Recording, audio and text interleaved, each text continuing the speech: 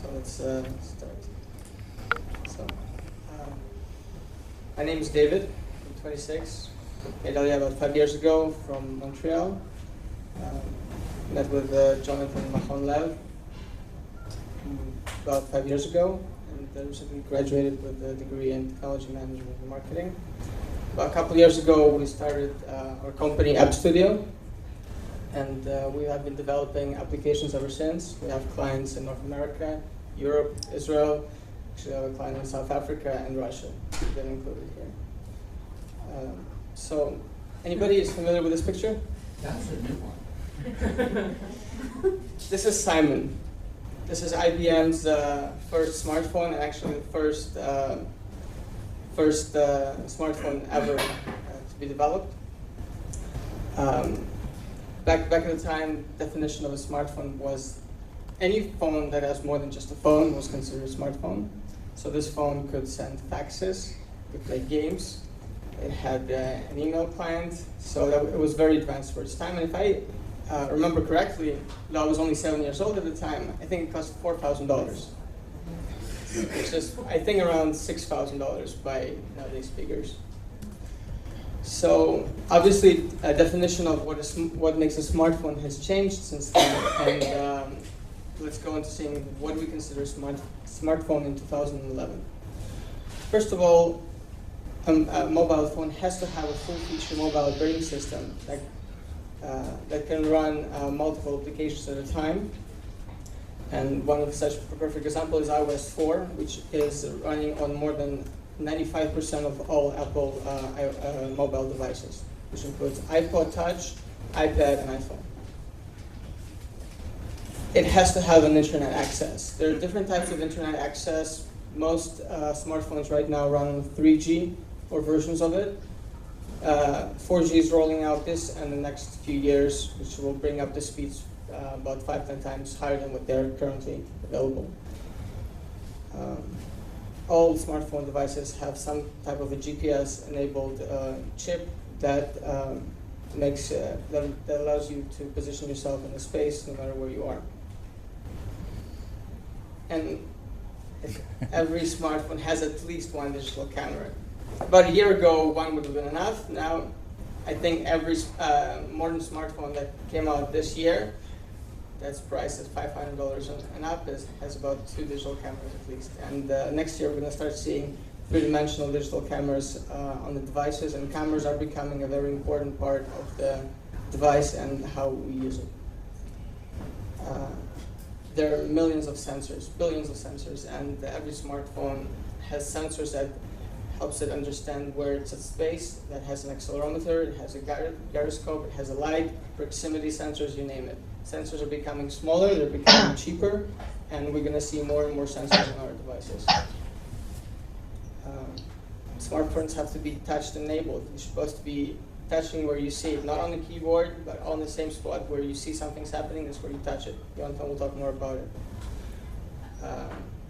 And last but not least, it has to be able to play third-party applications. We have to make money, right?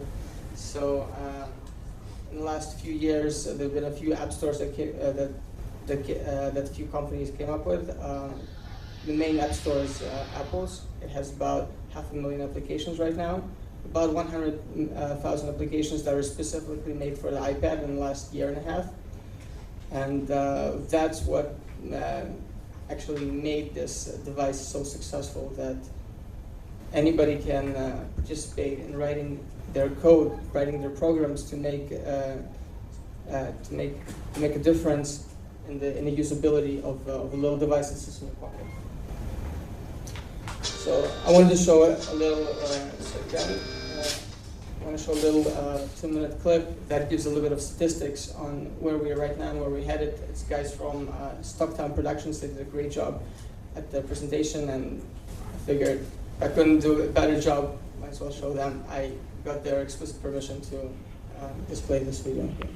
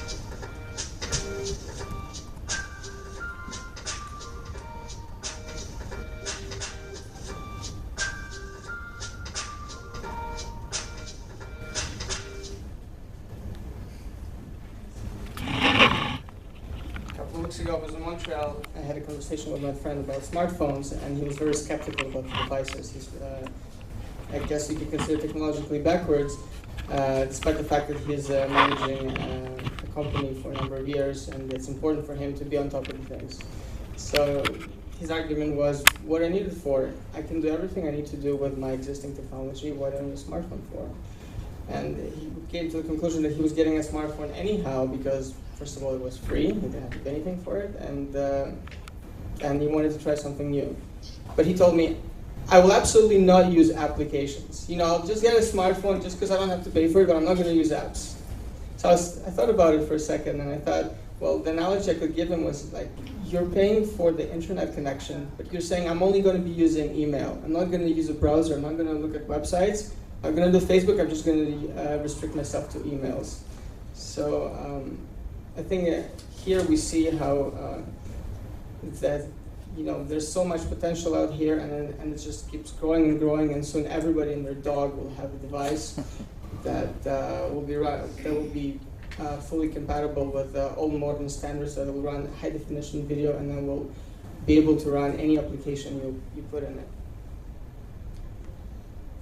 Anybody familiar with this chart? It's a chasm chart. So people, I guess, we saw a lot of those in during my studies in the Home Lab, and I figured it'd be good to show. Basically, every technology goes through various stages, and right now, I would say that mobile penetration is at the early majority, but verging to become already a late majority. And I would say in maybe 2 to 5 years from now, it's going to hit late majority. And the question is, can we afford to be late majority? I think the answer is obvious to everybody here. And the question is, where do you find yourself now at this point in time? Did you already join the mobile, I don't want to use the word revolution, or you're just about to embark on it? And Jonathan is going to talk more about the technological side and about touch experience itself. So, this is my part. I'm the Paris Marketing Partner at appSTUDIO. Hi, how's it going? Do I need this? Can you guys hear me? All right.